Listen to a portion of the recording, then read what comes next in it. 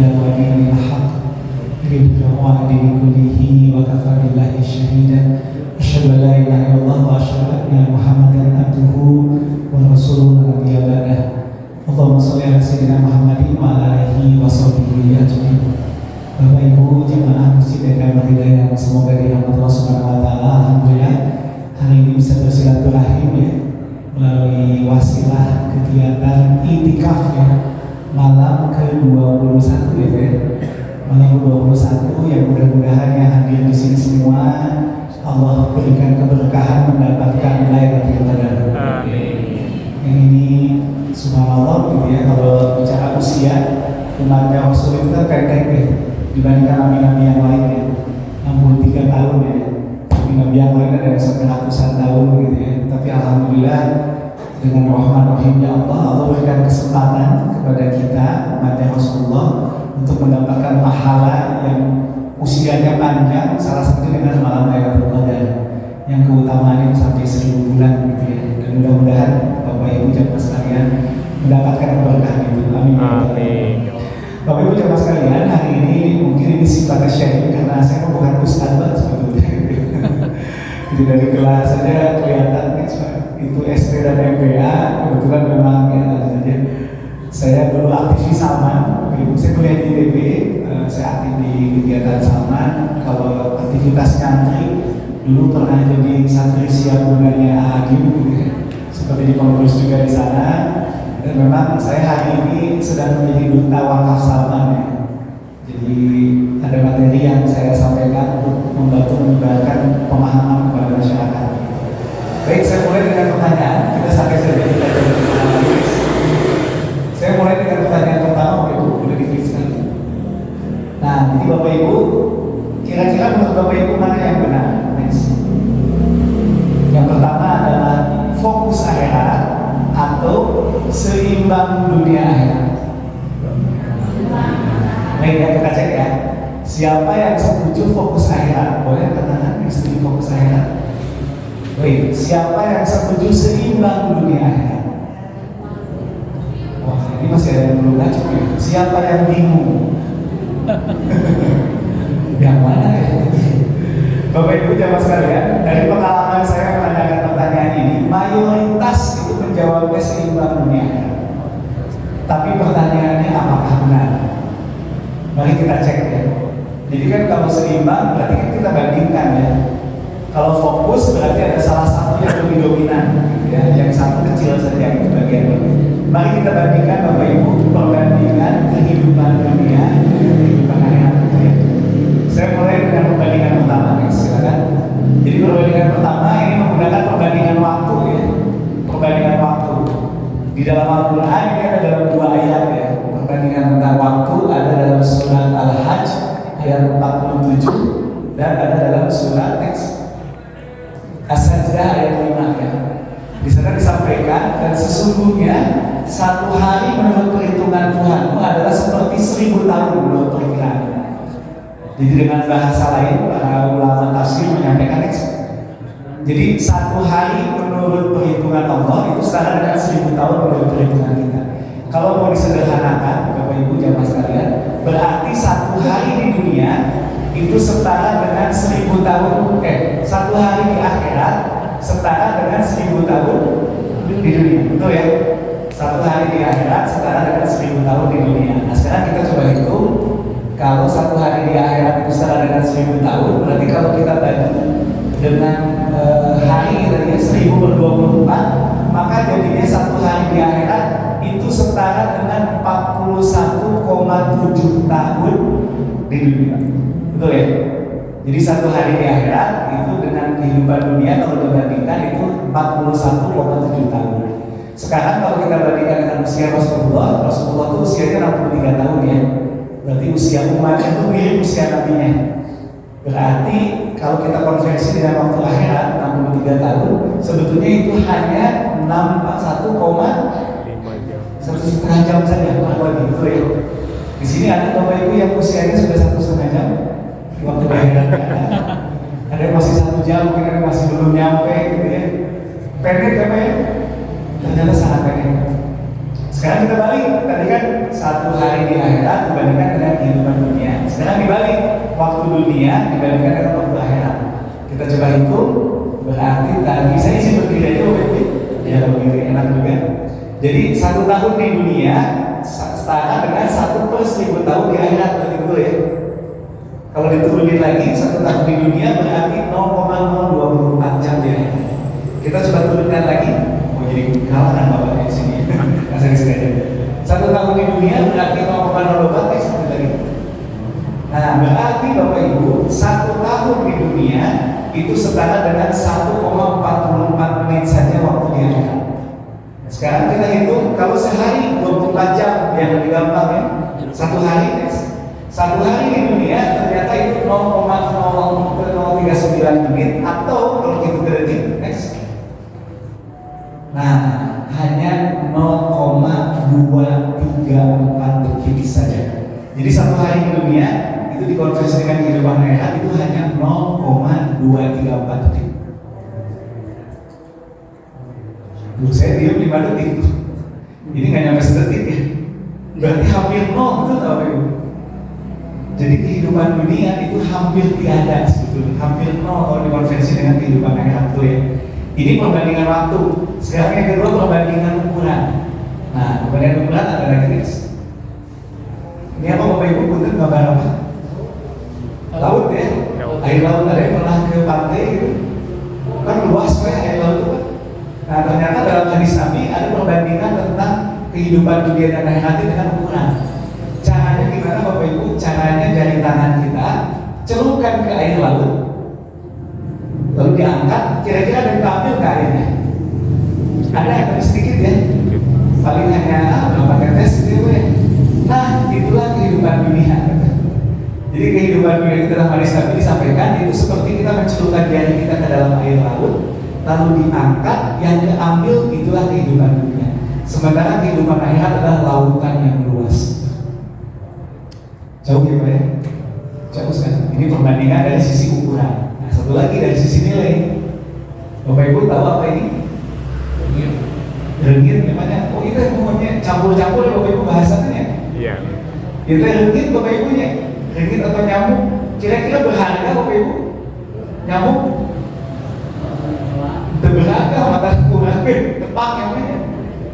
Ternyata Bapak Ibu dalam hadis Nabi disampaikan dari Sa'ad bin Rasulullah bersabda, seandainya kehidupan dunia ini senilai dengan sayap nyamuk, bukan nyamuknya ya, sayapnya aja Bapak Ibu bayangkan. Kalau nyamuk keseluruhan badan, ini hanya sayapnya saja. Kehidupan dunia setara dengan sayap, maka Allah tidak akan memberi minum seteguk pun kepada orang kafir. Berarti nggak bernilai dunia, betul Bapak Ibu? Ini juga jadi jawaban kalau ada orang yang melihat kenapa ya dia non muslim misalnya gitu ya, soleh gitu ya, tidak menyembah Allah, tapi kok rezekinya banyak gitu ya, dikasih harta yang banyak, dia kata Allah tapi itu nggak sebanding bahkan dengan sayap yang sekalipun gitu loh. Nah ini Bapak Ibu 3 perbandingan kehidupan dunia dan akhirat, perbandingan waktu, perbandingan ukuran, perbandingan nilai. Jadi pertanyaannya saya balik, kira-kira mana yang benar? Fokus akhirat atau seimbang dunia akhirat? Fokus akhirat. Dunia lebih bisa namanya. Nah, pertanyaan ini, jadi kalau seimbang berarti sama, betul nggak? Ternyata ini nggak bisa sama, kan jauh sekali perbandingannya dunia dan akhirat. Dan akhirat itu abadi kan, abadan, sebenarnya dunia sementara. Nah next lanjut. Jadi sudah ada uji jawabannya Bapak Ibu di dalam Al-Quran. Dalam surat Al-Qasas ayat 77. A'udzubillahi minasyaitonirrajim. Fabtaghi fima ataqallahu darul akhirah wa la tansa nasibaka minad dunya. Jadi kata Allah, fokuslah untuk mencari kebahagiaan apa Bapak Ibu? Akhirat. Tapi jangan lupakan kehidupan dunia. Jadi fokus akhirat tapi dunia tidak dilupakan. Atau dalam bahasa lain, dunia ini adalah kesempatan yang kita perlu ambil untuk mendapatkan kebahagiaan di akhirat. Betul ya? Jadi dunia itu adalah sesuatu yang kita perlu manfaatkan. Nah ini pertanyaan pertama tadi ya. Nah, mulai kebuka lagi. Pertanyaan kedua Bapak Ibu. Jadi saya sengaja ada 4 pertanyaan yang membuka pola pikir ya. Next, yang kedua. Nah, sekali cukup dulu. Bapak Ibu punten, kita ini hidup selamanya atau sementara? Siapa yang setuju kita hidup sementara? Boleh angkat tangan? Siapa yang setuju kita hidup selamanya? Siapa yang bingung? Baik Bapak Ibu, saya kasih pertanyaan kedua. Kalau pertanyaan kedua saya tambahin kata-katanya. Next. Nah, kita ini hidup di dunia selamanya atau sementara? Sementara. Ini gampang jawabnya. Saya balik lagi Pak ke pertanyaan yang atas. Kita ini hidup selamanya atau sementara? Nah ini yang menarik. Jadi ternyata Bapak Ibu, yang sementara itu kehidupan di dunia Bapak Ibu. Sebetulnya kita itu hidup selamanya sejak pertama diciptakan di alam azali itu ya. Next. Nah ini perjalanan hidup kita teh. Di alam azali Bapak Ibu, waktu itu Allah kumpulkan seluruh manusia. Dalam surat Al-A'raf ya ayat 172 Allah menyampaikan alastu birabbikum kata Allah. Benarkah aku ini Tuhan kalian? Qalu kita semua menjawab bala syahid. Itu kan peristiwa waktu kita pertama kali dihadirkan. Itu di alam azali Bapak Ibu. Semua ruh dari sejak manusia setelah Nabi Adam sampai yang terakhir meninggal di hari kiamat dikumpulin ruhnya. Ruhnya diciptakan. Lalu setelah itu ruh kita disimpan di lemari sulbi katanya gitu ya. Dalam hadis lemari sulbi menunggu giliran untuk turun ke dunia. Alam berikutnya yang kita lewati alam apa Bapak Ibu? Alam rahim, betul ya? Berapa lama kita di alam rahim? 9 tahun. Enggak 9 bulan. Betul ya? 9 bulan itu janinnya. Ruhnya kita baru ditiupkan kan setelah berapa bulan? 4 bulan. Berarti sebenarnya kita cuma 5 bulan di alam rahim. Ruhnya ditiupkan 5 bulan, nah barulah hadir melalui kelahiran, masuklah ke alam berikutnya namanya alam dunia. Ini kita sekarang sedang di alam dunia. Dan alam dunia ini adalah alam yang singkat juga, tapi menentukan untuk nasib kita di perjalanan-perjalanan lainnya. Dan perjalanannya masih panjang, betul Bu ya? Setelah alam dunia, masuk ke alam kematian. Kematian itu cuma pindah alam kan? Kita cuma tetap hidup sebetulnya ruhnya. Pindah alam, pindah ke alam kubur. Berapa lama kita di alam kubur? Wallahu a'lam bishawab gitu ya. Rasulullah sudah 1400 tahun di alam kubur dengan para sahabat. Orang tua kita, nenek kakek kita mungkin sudah puluhan tahun di alam kubur. Saat ini ya, menunggu giliran sampai hari kiamat. Jadi nggak tahu kapannya, tergantung kiamatnya. Nanti kita meninggal, kalau kiamatnya 100 tahun lagi ya berarti 100 tahun itu kita di alam kubur gitu ya. Lalu setelah lewat alam kubur, melewati peristiwa hari kiamat, ada yang alam kebangkitan di padang mahsyar. Dalam beberapa riwayat katanya di padang mahsyar itu kita sampai 50.000 tahun katanya. Ada beberapa riwayat gitu. Ini lama lah, perjalanannya lama sekali. Nanti terus lanjut, ada telaga Rasul gitu ya, termasuk lewat jembatan Shiratal Mustaqim. Ada yang akhirnya langsung masuk surga, ada yang jatuh dulu ke neraka. Ini ceritanya panjang sekali perjalanan. Nah Bapak Ibu setuju nggak dengan memahami perjalanan hidup kita? Tujuan kita sebetulnya bukan hanya ke surga, betul nggak? Tapi setuju nggak? Tujuan kita ke surga, lalu kita juga pengen nyaman di perjalanannya, betul nggak Bapak Ibu?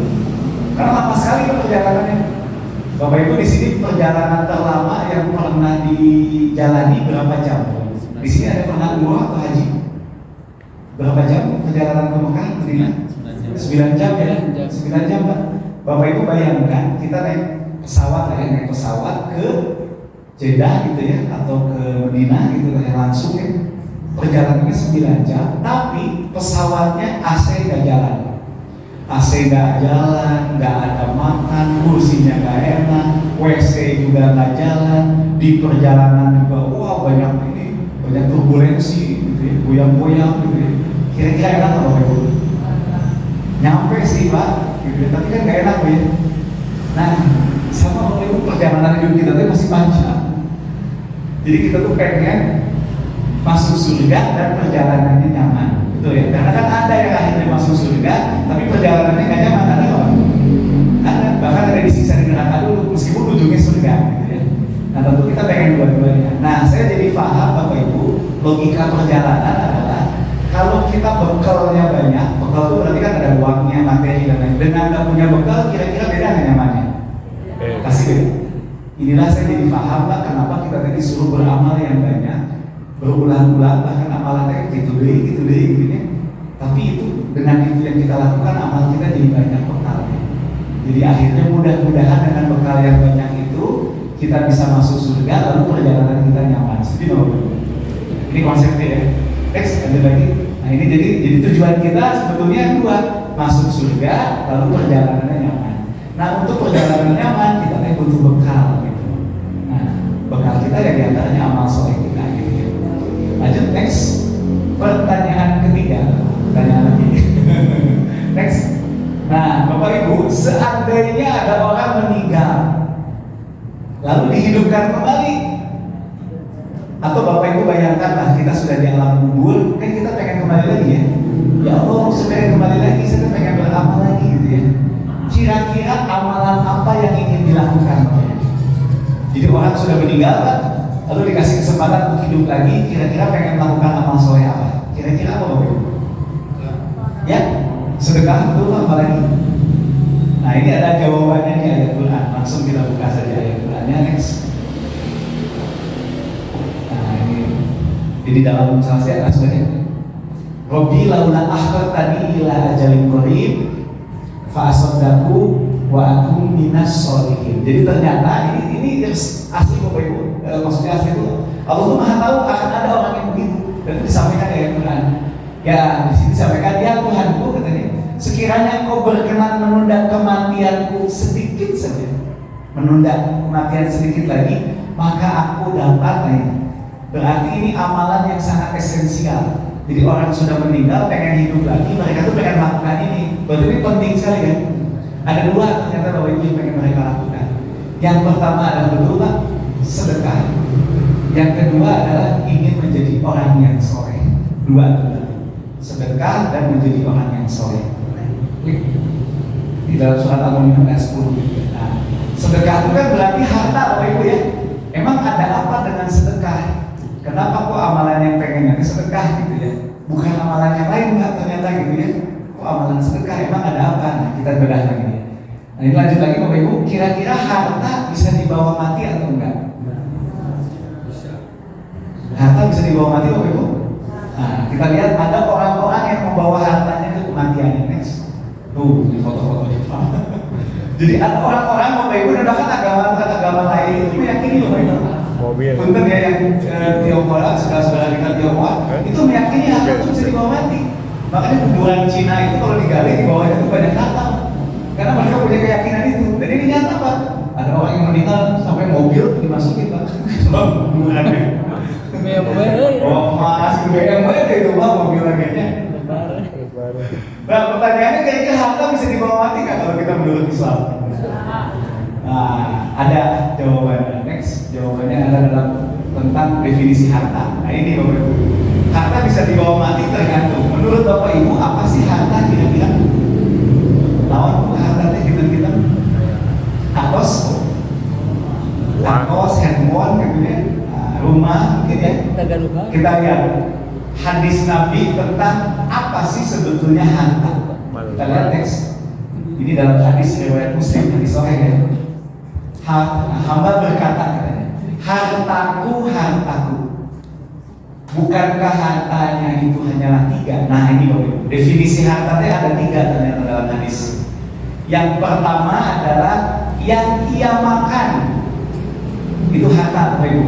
Jadi dalam yang kita makan itu harta, itu nanti harta. Dan ia akan sirna dan jadi kotoran, betul? Dan menurut saya Bapak Ibu, kita harus bersyukur sebetulnya era sekarang Pak. Kita itu bisa menikmati minuman dan makanan level raja dengan harga yang murah sebetulnya sekarang. Jadi saya pernah merasakan Bapak Ibu, minggu lalu, 3 minggu yang lalu, saya ketemu Presiden Direktur Siam Semen Group. Jadi Siam Semen itu adalah salah satu pabrik semen terbesar se Asia. Tapi di Indonesia nggak sebesar Indosemen dan lain-lain. Tapi di yang Asia, Siam Semen Group, saya ketemu Presiden Direkturnya. Saya makan di sebuah restoran. Waktu itu makan di sebuah restoran dan waktu itu ya lagi puasa minggu lalu tuh saya makan steak Bapak Ibu. Steak Bapak Ibu tahu Bapak Ibu steak yang daging gitu, kecil steaknya. Coba tebak harganya berapa? sini ada sayuran gitu ya. Berapa? Kalau di warung sini sedikit berapa? 10.000.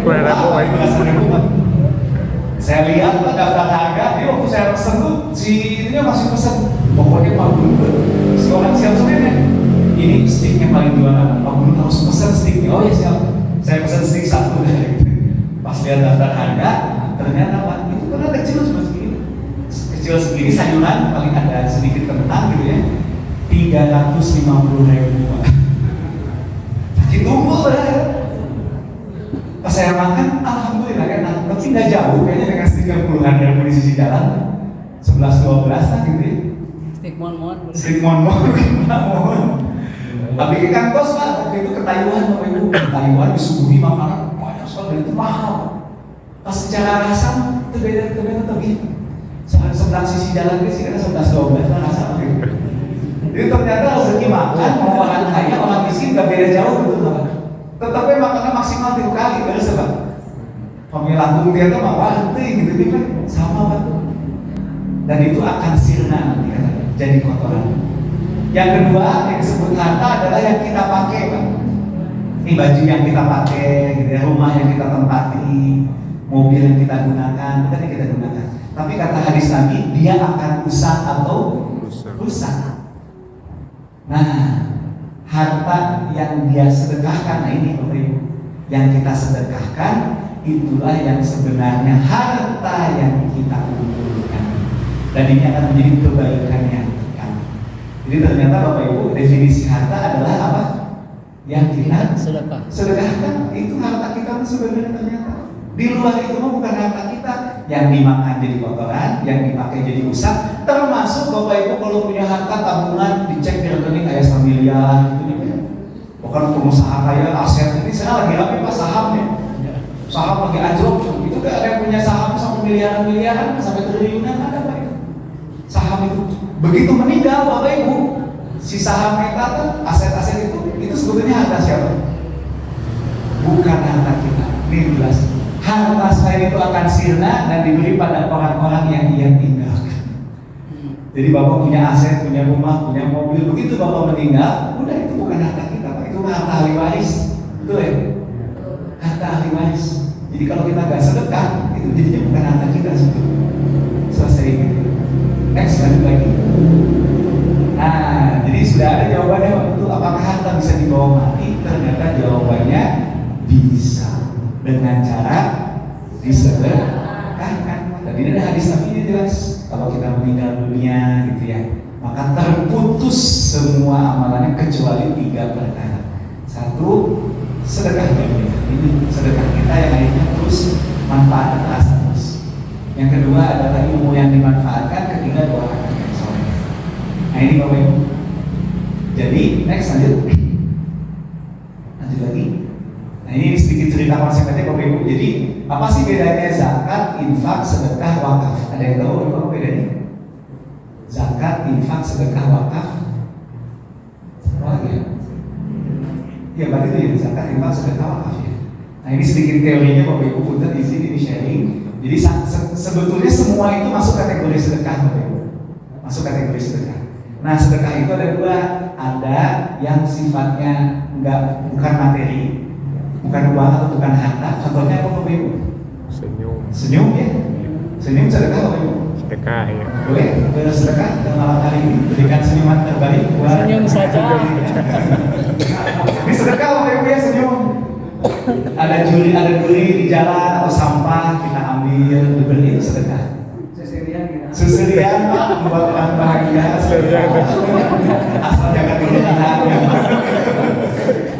Kang Ali aja kan Susurian. Jadi semua kebaikan itu hakikatnya adalah sedekah Bapak Ibu. Kita menolong orang sedekah. Bahkan punten di sini saudara banyak sudah menikah ya. Berhubungan suami istri itu juga masuk dalam hadis Nabi-nya sedekah. Sing lupa sedekah, Ustaz. Jadi sedekah. Jadi mungkin rumah tangga yang kurang sedekah jadi kurang bagus. Saya ingat dulu sama guru saya sampai dicek Pak, seminggu seberapa kali cuma. Karena mau cek kesehatan rumah tangga itu. Karena menurut riset itu berpengaruh Pak, jumlah itu berpengaruh. Jadi kurang sedekah kemana kan gitu ya. Nah jadi itu Bapak Ibu punten, jadi ada sedekah yang sifatnya bukan materi gitu, kayak senyum dan itu masuk sedekah. Betul. Kekayaan. Mau Nah, anu kedua, sedekah yang memang bentuknya harta atau materi. Nah itu ada dua kelompok, satu yang wajib, satu lagi yang sunnah. Kalau yang wajib kita sebut namanya apa Bapak Ibu? Zakat. Ada aturannya teman. Kayak nisabna sekian persen hitungannya, ada zakat fitrah itu wajib, angka-angka hitungannya ada.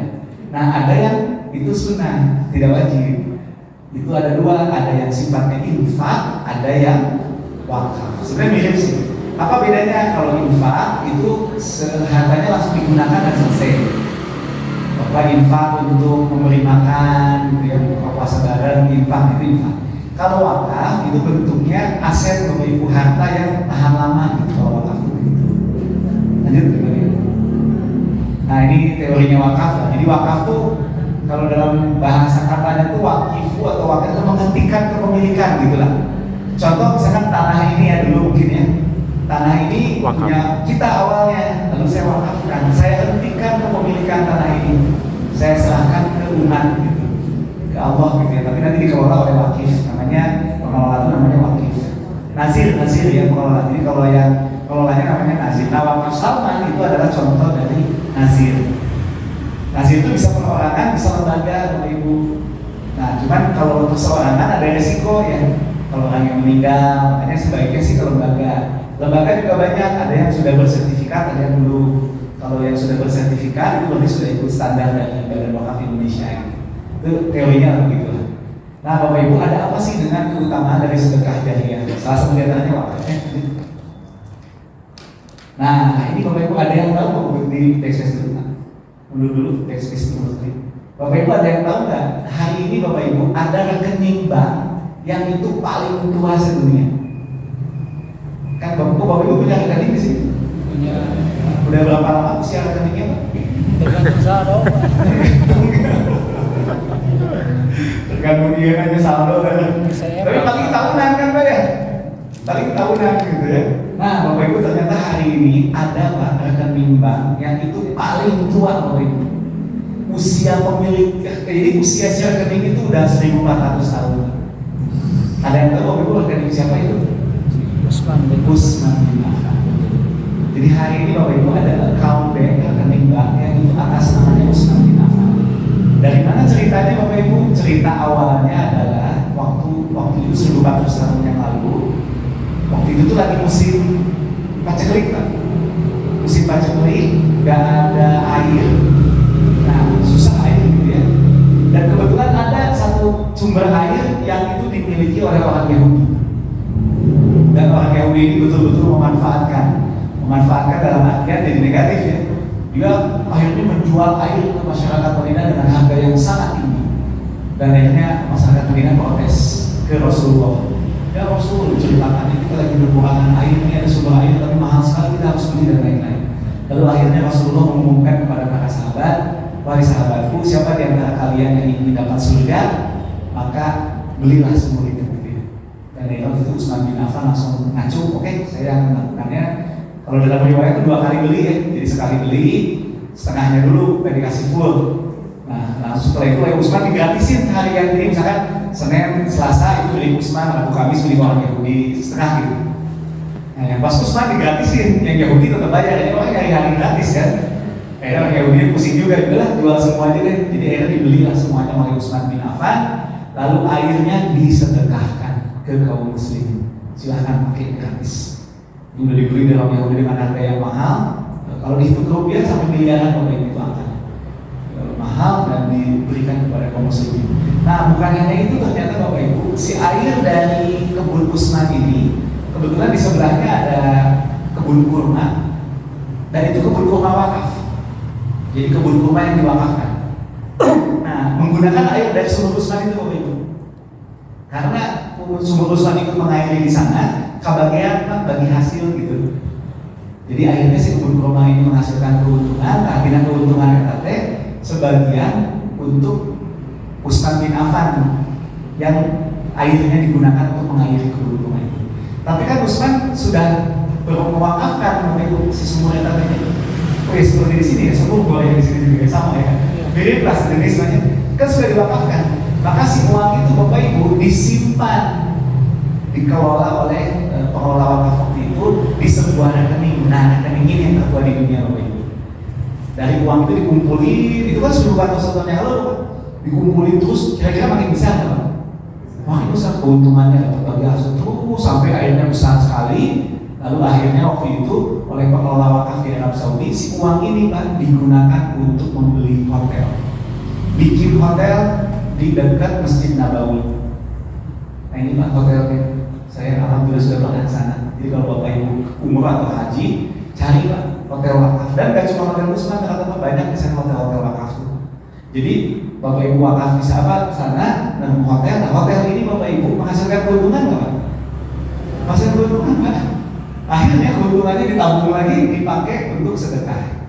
Jadi keuntungannya dipakai dua, sebagian disedekahkan, sebagian disimpan lagi. Muter terus. Dan ini kalau nggak salah angkanya besar ya, fantastis ya. Si keuntungan dari hotel ini. Dan itu udah nggak dipegang oleh siapapun, jadi sedekahnya udah. Jadi kebanyakan Bapak Ibu Utsman bin Affan sedekahnya kapan Bapak Ibu? 1400 tahun yang lalu, tapi sampai hari ini seolah-olah Utsman bersedekah setiap tahun. Terus inilah konsep dalam Islam hari ini yang kita sebut namanya wakaf produktif.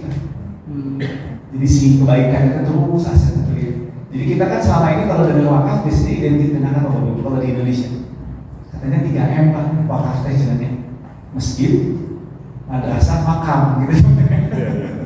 Padahal di zaman Rasul Pak yang diwakafkan itu teh aset bisnis Pak. Tadi kan kebun kurma diwakafkan. Nah, Bapak Ibu kebun itu kan menghasilkan sesuatu. Bapak Ibu pernah dengar cerita Umar bin Khattab? Umar bin Khattab kan telat sholat Pak. Gara-gara ngurus kebun, pernah dengar cerita itu? Umar bin Khattab itu beliau terlambat sholat gara-gara sibuk ngurus kebun. Lalu Umar menghukum dirinya dengan mensedekahkan kebun itu. Kebun ini sedekahin. Nah Bapak Ibu kira-kira air kebun itu tanah ngumpul atau air diluluh apa? Air diluluh kan berlanjutan tanah. Zaman ayeuna mah wakaf teh kitu kan, tanah. Contohnya dulu tanah, tapi zaman dulu mah tanahnya ada kebunnya Pak. Berarti ada bisnisnya, betul kan? Iya. Nah kita teh sekarang banyak yang berwakaf teh kadang gitu. Tanah ngumpul, udah gitu lokasi tanahnya teh anu di sisi kota ya gitunya. Terus ke angke gitu. Padahal kan para sahabat Nabi itu sedekah jariyahnya tuh aset bisnis yang lagi produktif, kebun yang lagi menghasilkan. Berarti kalau dibawa ke zaman sekarang, kebun itu bentuknya apa? Kos-kosan.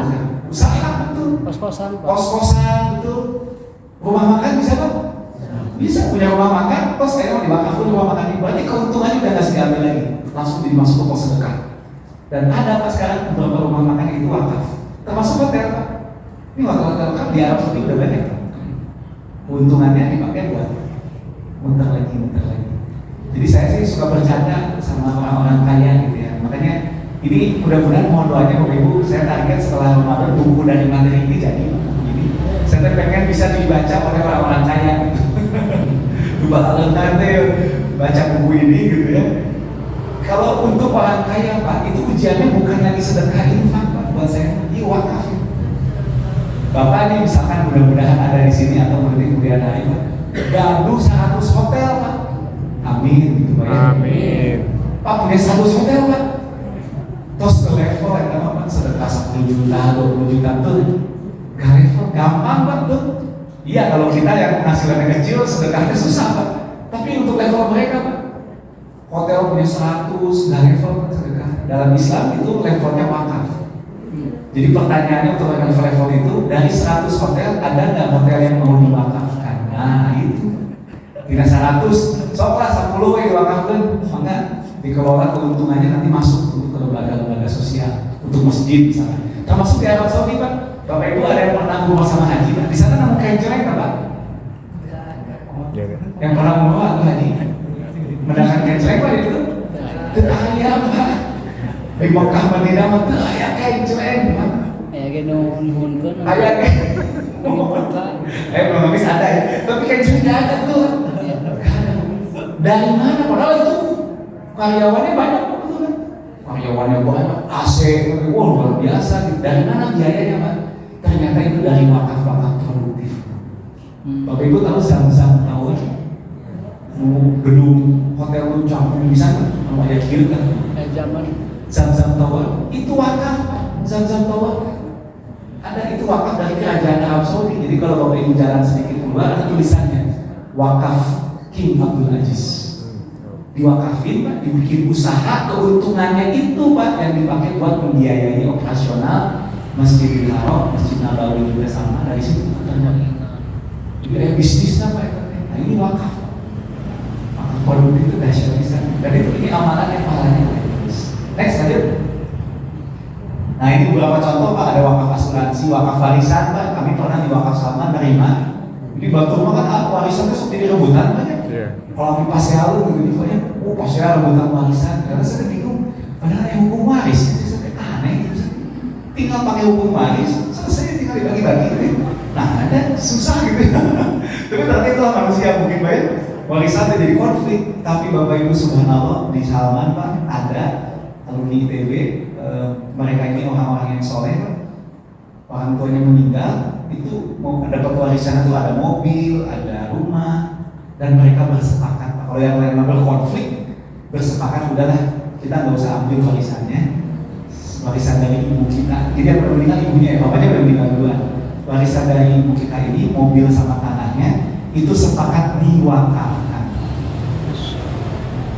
Ini mobilnya di Salman. Sekarang tempatnya dipakai apa maksudnya? Jadi rumah Quran. Kita pakai jadi rumah Quran. Jadi sepakat anak-anaknya daripada udah kita mending wakafin aja semua. Sepakat setuju. Betul rambutan ini di waktu baris. Wakaf atas nama orang tuanya pak. Dan itu boleh. Nah ini ternyata boleh berwakaf atas nama orang tua kita. Kita boleh bersedekah atas nama orang tua boleh. Ini habis dunia. Nah itu next bapak ibu. Lanjut lagi. Nah ini salah satu hadis Nabi yang cerita bahwa semua sahabat itu berwakaf. Tanya pahalanya luar biasa, luar biasa. Apalagi para sahabat yang udah kaya udah jelas gitu ya. Tapi bisa nggak bapak ibu kita sendiri yang belum ekonominya kuat berwakaf? Bisa nggak? Nah bisa pak. Sekarang alhamdulillah dengan buku-buku fikih yang terbaru bisa pak kita wakafnya jadinya barengan gitu. Contoh kayak sumur nih pak, ini bapak kan dapat sumur nih mesti itu wakaf kumpulan pak dari banyak orang.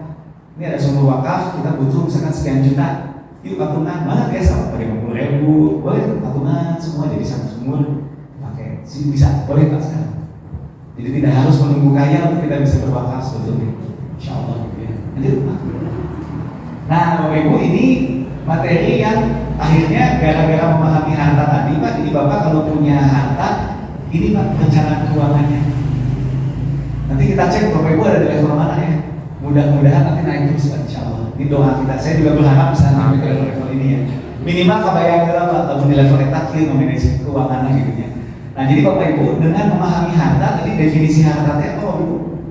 Ternyata harta kita adalah yang kita sedekah. Berarti target kita kalau nyari harta harusnya target sedekah, betul kan?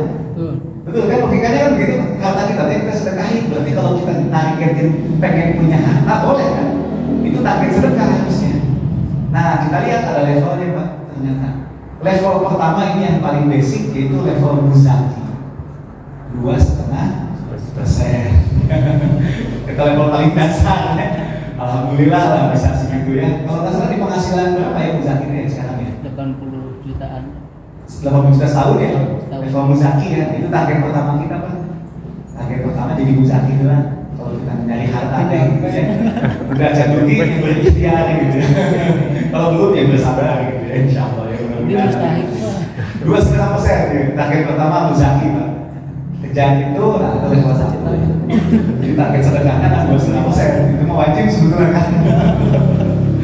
Nah naik ke level kedua pak. Level kedua ini nggak ada dalilnya ini mah psikologi saja. Itu di 10% penghasilan. Nah saudara-saudara kita non muslim di sini pak kayaknya mereka tuh 1/10 kalau sedekah. Jadi umat Islam cuma 2,5, mereka mah 1/10 nyumbang gereja. Itu fikihnya mereka 10% mereka sedekah. Fikih gereja cuma 10%. Tapi bang kita udah lalu lah, jadi nantinya ada sedekahnya 10% gitu kan. Kan kalau kayak dibalas ya maha adil kalau kebaikan yang sifatnya universal kan balasannya juga mirip ya. Nah 10% pak. Jadi kalau misalkan Bapak Ibu, abdi hoyong tiasa sedekahna, kan harta yang kita kumpulin kan selesai. Abdi hoyong sedekahna 200.000, berarti target penghasilannya seberapa? 2 juta berarti kan? 2 juta, kalau kita pengen 10.000 sedekahnya. Kalau pengen 1 juta sedekahnya, berarti target penghasilannya 10 juta. Kalau dengan konsep ini, masuk ke kelompok dermawan. Nah, kelompok ketiga Bapak Ibu, itu naik. Saya nyebutnya kelompok awan. Itu sepertiga atau 30%. Kenapa? Nah, ini ada kisahnya Pak, kalau ini ada kisahnya. Bapak Ibu mudah mendidik. Kalau saya sih mendeteksi Pak, tapi di level mana nih? Itu nih, oh saya level 1, level 2 nih. Nah, oke, level 2 berarti kita punya cerita-cerita naik ke level 3. Itu sedekahnya tipe awan. Nah, ini ada hadis nabinya tentang awan ini. Next. Kalian ada tipe Umar 50% atau lagi yang nggak. Kita langsung ke level awan aja. Next. Nah, ini Bapak Ibu level awan hadis Nabi. Jadi dikisahkan ya oleh Abu Hurairah Rasulullah bersabda bahwa ada seorang laki-laki yang sedang ada di tanah lapang yang sunyi. Lalu tiba-tiba Pak dia dengar suara di angkasa. Sudah suara gaib gitu ya. Mendengar suara di angkasa, suaranya adalah berilah air pada kebun si fulan. Mungkin gitu ya. Bapak kebayang Pak kalau lagi jalan di sebuah lapak tiba-tiba ada suara kayak gitu Pak, maaf, lupa dan kebor gitu ya. Tapi jadi pertanyaan betul kan, namanya disebut nama seseorang betul kan? Jadi tiba-tiba berilah air pada kebun Pak Asep. Kita kan langsung penasaran, hebatnya Pak Asep sampai disebut oleh suara gaib betul Pak ya? Pak Ridwan, Pak Ridwan gitu kan, berilah air pada kebun Pak Ridwan. Wah, Pak Ridwan itu kemana jauhin air? Pasti gitu kan Pak? Penasaran kan? Dan akhirnya Pak, si awan itu gerak, diikuti sama awan itu, diikuti dia. Pak Ridwan dia macam air gitu ya. Diikuti dan ternyata akhirnya si airnya nyampe ke satu bidang batu hitam, hujan Pak di sana. Ternyata itu menampung air dari awan itu. Lalu mengalir, akhirnya sampailah ke kebun, sebuah kebun.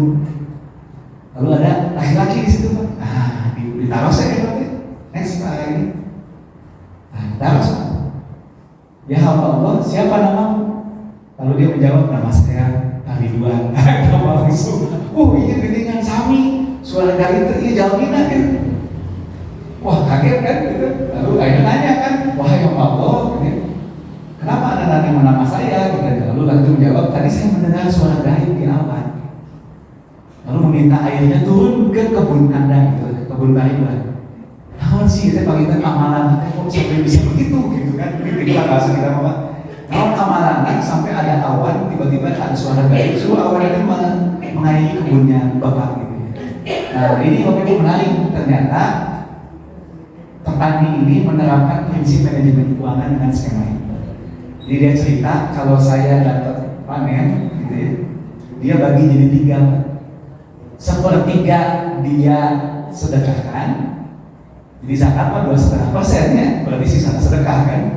Ini sepertiganya dia sedekahkan, sepertiga lagi dia makan, berarti itu kebutuhan hidup sepertiga lagi dia baik Bapak Ibu dipakai investasi lagi kan, dipakai modal lagi gitu. Ini ternyata. Jadi next, kalau kita mau praktekkan rumus ini, maka cara menghitungnya begini Pak. Ini manajemen keuangannya nih. Jadi sepertiga kebutuhan hidup 30%, zakat infak 30%, investasi nih 30%. Nah, saya nambahin 10%, ini tambahan dari ilmu manajemen keuangan yang terbaru. Tetap kita perlu juga punya dana cadangan atau insuran boleh ya, takaful ya, kalau yang syariahnya ya. Takaful, dana cadangan tetap perlu Pak. Kalau ada apa-apa gitu. 10% disisihkan. Nah, ini manajemen keuangannya. Ada yang sudah nyampe level ini Pak? Mudah-mudahan ada ya. Kalau yang belum, kalau saya Pak, saya biasanya menerapkan ini untuk rezeki tidak tertunda. Jadi kalau dari level ini tuh saya ada level masih level 2 Pak, saya level tadi hanya level 2 nya. Nah kita 10% lah gitu ya. Nah saya menggunakan ini kalau rezeki tidak tertunda. Terima tiba-tiba ada rezeki tidak tertunda, saya dapat uang 1 juta, langsung pakai kayak gini. 10% 100.000 simpan ditabungkan, sepertiganya saya pakai buat kebutuhan hidup, 300.000-nya saya sedekahkan, 300.000-nya lagi saya investasikan. Enggak investasinya dari tabungan gitu. Pokoknya kami bisnis. Ini Pak, ini rumusnya. Kalau untuk yang level 3. Nah, level 4. Level 4 ini paling enak, Pak. Saya berharap Bapak Ibu bisa ada di level 4 ini karena paling gampang, simple. Level 4 itu adalah level rumah. Pernah dapat ceritanya Bapak Ibu? Waktu itu Rasulullah mau perang, kurang dana ya. Lalu mengumumkan kepada para sahabat, silakan saya mau beli rumah yang acu. Ya Rasul, saya sempat harta saya. Langsung dikasih duit. Nah, level 4 ini enak banget Pak. Saya berharap sekali kalau ketemu orang kaya, Bapak berani nggak di level rumah? Karena kalau kamu jangan itu, hampir bisa. Mudah-mudahan Bapak Ibu kayak di level ini, tapi level ini Bapak Ibu. Nah, kemana cara level rumah gitu? Nah, next. Pertama adalah tekan gaya hidup setuju Pak. Hidup sederhana. Bapak Ibu bayangkan, ya, bayangkan dulu ya Pak. Kalau Bapak Ibu punya penghasilan 1 miliar sebulan, Bapak Ibu hanya dan sakit Pak. Ayo halal. Ayo anu halal kayak 1 miliar sebulan deh, ayo masuk. Gaji. Beberapa teman-teman saya punya level itu. Gambir sama kiwe Bapak ke Jakarta tinggal di gedung sudah Pak. Kita gedung sudah bisa. Kira-kira yang punya gedung itu penghasilannya apa ya? 1 miliar sebulan? Lebih. Sehingga lebih. Nah, untuk orang-orang yang level ini nomor 1 hidup sederhana lebih paling penting. Tekan gaya hidup. Ini macam contoh ya. Kira-kira Pak gaya hidup sebelah apa? Penghasilan 1 miliar sebulan. Kira-kira Bapak Ibu 50 juta sebulan cukup Pak? Cukup 50 juta. 100 sebulan kan namanya kayak banyak benda aja kan level ini diri ternyata Allah takdirnya Bapak nyampe ke level ini kan. Bapak tahu cara manajemen keuangan kan? 100 miliar penghasilan, tekan gaya hidup, anggaplah 100 juta gaya hidup Bapak. Anggapnya sasasi 100 juta gaya hidup katanya. Berarti sisanya berapa Bapak Ibu? 900 juta. Nah, 900 juta teh gampang. Tinggal bagi 2, langsung 50% sedekah, sehingga umar 50% lagi investasi gede karena bisnis. Kira-kira bisnis itu tambah ada berapa? Tambah ada. Keberkahannya apa kan? Tambah kita 50% sedekah tadi. Membahas orang bisnis sama pasif income itu tadi. Jadi bisnis sama pasif income finansial. Dari Pak tadi kan apa tadi ya 1 miliar sebulan, 100 juta kita habisi itu untuk kebutuhan hidup. 450 juta sedekah, maka pilih sedekah dari kamar namanya oleh wakaf sudah mana 450 juta bisnis lagi Pak, kan muter lagi betul ya, keuntungannya ada lagi makin gede lagi. Siap Bapak Ibu kami Allah takdirkan dari level itu ya Allah saya sudah siap kalau dikasih penghasilan Ini mustahil kene Pak. Kan niat itu lah pilih Pak, kita nggak pernah tahu rezeki itu kan. Tiba-tiba Bapak Ibu nyampe, menduki si ngemut Pak. Lebaran. Lebaran bersedekah. Ya kan pasti apa? Ini mah kebutuhan hidupnya udah cukup gitu ya. Nah saya pengen sharing ini ke orang-orang yang kaya-kaya gitu ya. Pengen cepet jadi buku, pasti ke buku aja baca gitu kan. Diceritain ini. Saya berharap sekali nyampe ke level ini. Kayaknya enak juga ya kalau penghasilan 400 juta sehari bulan gitu ya. Kayak hidup 50 juta lah, 450 udah bagi 2 ya langsung sekarang. Bisnis, wah enak bisa kayak gitu. Ini pilih Bapak Ibu dugi ke level ini gitu. Amin. Amin. Ini nih level rumah nih. Level ke-4 ya. Nah level puncak Pak, level saya kan Abu Bakar. Jadi umat terus 50%, saya setengahnya ya Rasul. Tiba-tiba Abu Bakar, ya Rasul, saya seluruh harta saya. Luar biasa. Umat kita semua, aduh ngelek Abu Bakar luar biasa gitu ya. Nah Bapak Ibu yang menarik adalah ternyata Bapak Ibu ada. Hari ini Pak, di era sekarang orang itu melakukan itu kayak ayam, itu bohong. Sanes dongeng ayam. Next. Ini ada satu video, ini suaranya nggak keluar, tapi saya bacakan saja ya. Ini kisah tentang seseorang namanya Insinyur Solah. Ini sudah almarhum Pak Boy, tapi dekat lah. Jadi Solah itu dia sampai saking luar biasa kebaikannya pas meninggalnya pas sudah sumping gitu. Apa kebaikan dari Solah ini? Jadi Solatiyah ini dia tinggal di satu desa kecil di Mesir Pak. Di Mesir dia teh sarjana pertanian, miskin gitu kan. Nah, lalu mereka bikin usaha peternakan dengan teman-temannya Pak. Ada 9 orang lah ya dengan teman-temannya. Lalu mereka setuju kan ada 9 orang nih pemiliknya teh. Tahu nggak genap teh jadi 10 kepemilikan usahanya teh. Jadi pemilik saham Pak 10% kan 10% lah. Nah 10%-nya itu akhirnya jadi saham milik siapa Pak? Di sini milik Allah. Jadi wakaf kan 10% keuntungan udah milik Allah. Jadi tidak kepemilikannya kan masing-masing 10% itu 9 orang tambah 10% akhirnya jadi milik Allah, wakaf. Ini mereka jalankan usahanya berkembang ternyata usahanya dari awalnya cuma peternakan terus berkembang. Nah lalu akhirnya dinaikin lagi Pak. Tadinya Allahnya 10%, naikin dari wajah gitu nih sama 20% Pak. Terus Pak, sampai akhirnya Pak ini dikisahkan menurut riwayat di sini. Nah ini catat ya. Bisa sambil ceritakan. Ini suaranya nggak keluar soalnya. Jadi pokoknya mereka sepakat untuk melaksanakan bisnis, tapi kepemilikan sahamnya 10% milik Allah. Jadi langsung diwakafkan 10% keuntungannya. Nah lama-lama Pak berkembang bisnisnya dinaikin Pak. Nah itu mereka 10%, 20% dinaikin, setuju mereka. 50% Pak dinaikin. Sampai kan keuntungannya tadi diapain Pak? Nah keuntungan itu dipakai buat apa? Buat wakaf, bikin sekolah Pak. Si uang itu teh keuntungannya 50% pakai buat bikin sekolah. Begitu bukan cuma sekolah yang dibikin ya. Mereka juga bikin baitul mal Pak. Baitul mal kan itu bisnis baitul mal aja. Tapi kan balik-balik karena kepemilikan bukan pribadi, keuntungannya dipakai lagi buat sedekah. Muter Pak itu berkembang gitu, bahkan sampai akhirnya bisa bikin kampus Pak. Bisa bikin kampus di desa itu, di kota kecil itu teh. Tapi susah nih akses transportasi. Keuntungannya kan makin gede lagi Pak, bikin kereta, luar biasa stasiun. Ada asyar gitu.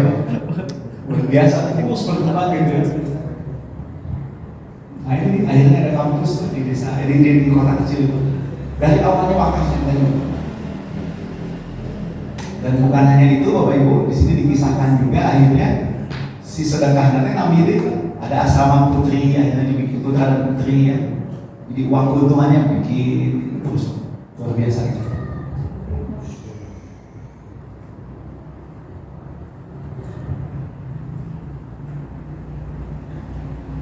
Ini pas lagi ini ya wisudanya ya, wisudanya.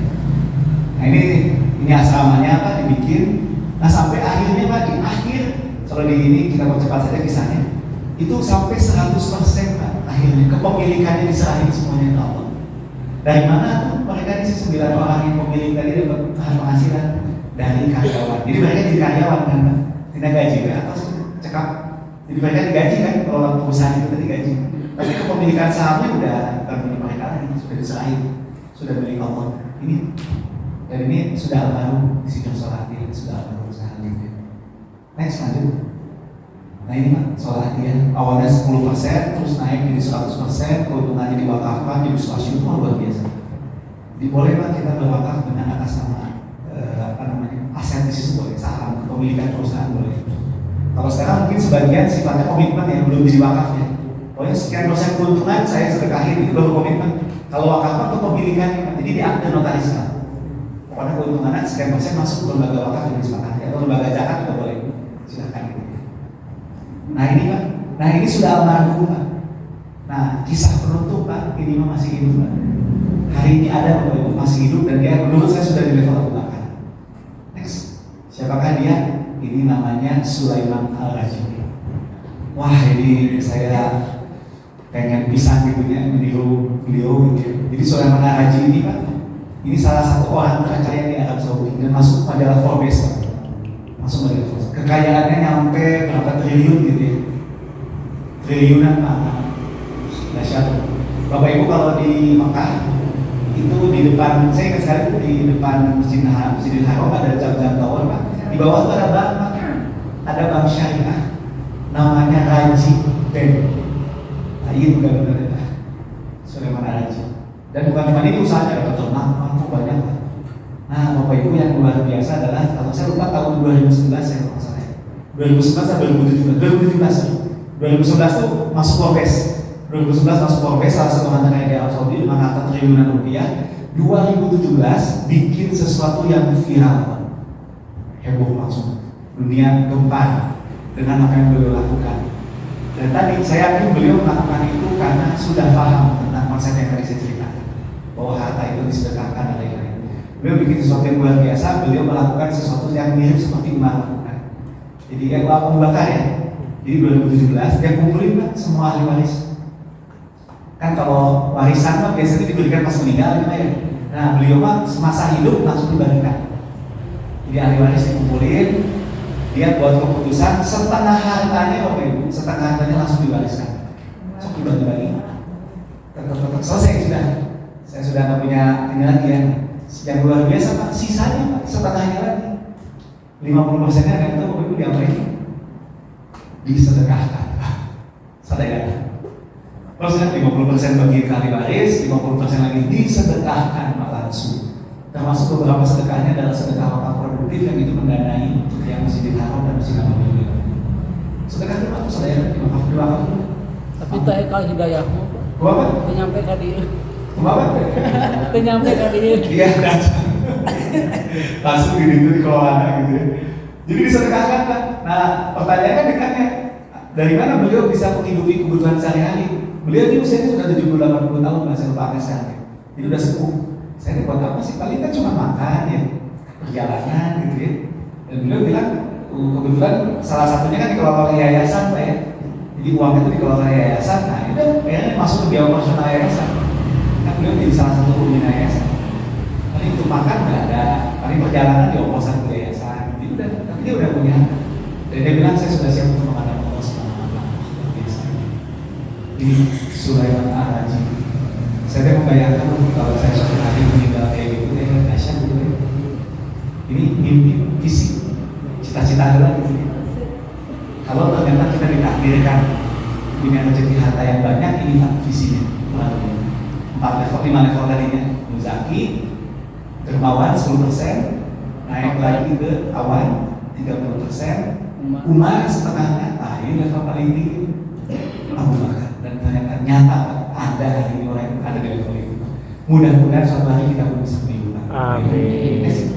Nah ini sebagai penutup Pak, Ibu Muda pernah ditanya katanya, siapa orang yang paling bahagia Ibu? Orang yang paling bahagia kata beliau adalah orang yang telah berhenti nafasnya, namun tidak berhenti pahalanya. Dari mana Pak? Dari sedekah. Next. Itu saja mungkin Bapak Ibu yang bisa disampaikan dari saya. Mudah-mudahan Allah takdirkan. Bapak Ibu cita-citanya ke level mana Pak tadi? Yang masih berikhtiar di level Muzaki, mudah-mudahan Allah lancarkan. Sudah level Muzaki. Yang udah Muzaki, mudah-mudahan naik tuh. Iya, Muzaki. Ke level dermawan, 10% hartanya disedekahkan.